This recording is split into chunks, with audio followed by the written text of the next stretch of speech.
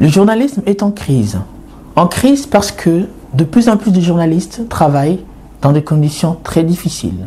Deux auteurs, Philippe Merlan et Luc Châtel, auteurs du livre Média, la faillite d'un contre-pouvoir, expliquent que la précarisation de ces dernières années est due au fait que les patrons de presse ne respectent pas la loi Cressard.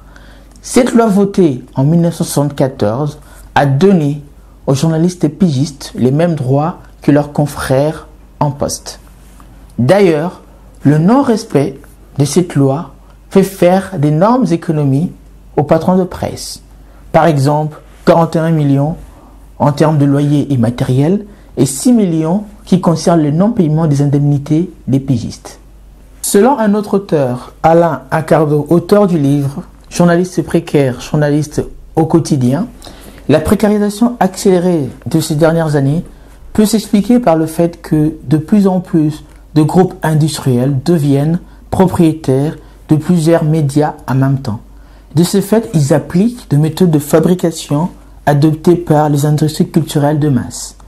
Ce qui oblige donc les journalistes à faire un travail souvent dépourvu d'originalité, tout simplement parce que ils n'ont plus beaucoup de temps pour travailler.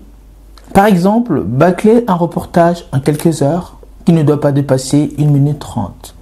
Du coup, on ne peut pas s'étonner lorsque Gilles Balbastre, un JRI qui intervient donc dans le livre, dans les Accardo, dire que ce qui compte, c'est que l'information soit diffusée en premier dans notre propre chaîne.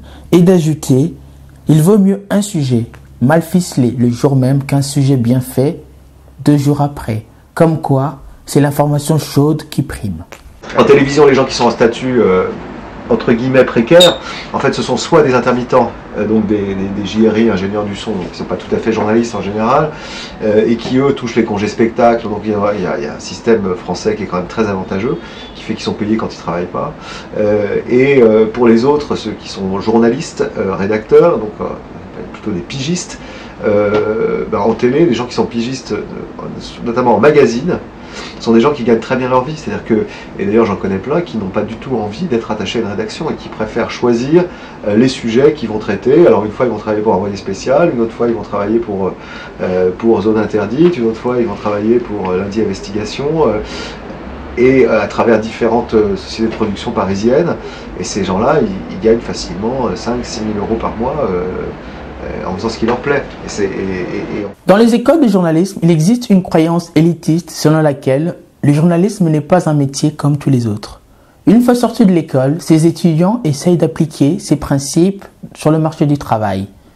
Du coup, ils sont prêts à travailler plus que ce qui leur est demandé. Aussitôt, le travail qui est demandé par les rédacteurs en chef, cesse d'être une contrainte et devient un agissement personnellement assumé et encore, voire une forme de créativité. D'ailleurs, comme tous les agents de la production symbolique comme les cadres, qui en font toujours trop, c'est-à-dire qu'ils travaillent, ils donnent plus de leur temps, plus d'énergie pour le bon fonctionnement de leur entreprise sans contrepartie immédiate. Eux, les journalistes, sont alors portés par une forme de philotomie, c'est-à-dire une soif de gloire et d'honneur, à chercher plutôt le capital symbolique que le capital économique. D'ailleurs, certains journalistes sont prêts à vendre leurs photos de scoop au rabais pour ne pas qu'ils soient assimilés à des personnes qui aiment trop l'argent. Qui raisonnent comme ça, je les plains parce qu'ils se font vraiment avoir. Non, tout travail mérite salaire, être le premier à sortir l'info c'est bien, mais c'est pas ça qui met du beurre dans les épinards. Les jeunes qui sortent des écoles de journalisme sont parfois sans exigence et sans expérience. Par conséquent, ils sont prêts à accepter de travailler dans n'importe quelle condition, pourvu qu'ils entrent dans la terre promise de la profession. Et lorsqu'ils constatent que leurs conditions de travail sont bafouées, ils sont incapables de le dire haut et fort. Et cela pour 3 raisons.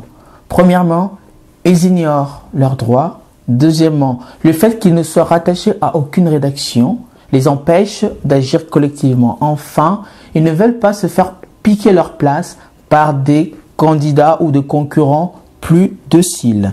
D'ailleurs, certains parlent des mercenaires, c'est-à-dire ces gens qu'on peut faire travailler au rabais et dont on peut facilement se débarrasser. Et dans ce cas de figure, la plupart de ces journalistes préfèrent se manifester sans importuner leur employeur. D'ailleurs, Julien Gieri, qui intervient dans le livre d'Alain Accardo, dit que un pigiste, c'est forcément gentil, il ne peut se fâcher contre personne. Dans le journalisme, l'individualisme est très présent, ce qui démotive certains journalistes pigistes ou indépendants à intégrer les rédactions de peur d'être rejetés par les journalistes en place. Même frustrés, ces journalistes précaires n'évoquent presque jamais la possibilité de recourir à l'action syndicale pour défendre leurs intérêts. C'est un point que François Ducrot souligne avec extrême gravité. Non. Non, les gens sont très individualistes, très indépendants et très individualistes. Ça, c'est une caractéristique de la profession. Et pourquoi Je sais pas, on a toujours observé ça. Hein. C'est vrai que les syndicats sont pas très forts chez les journalistes et qu'ils sont beaucoup plus forts, même chez les techniciens, les intermittents. Je pense que les journalistes sont des francs-tireurs et qu'ils sont assez individualistes, forcenés même. Et on voit jamais de manifestation de journalistes, par exemple.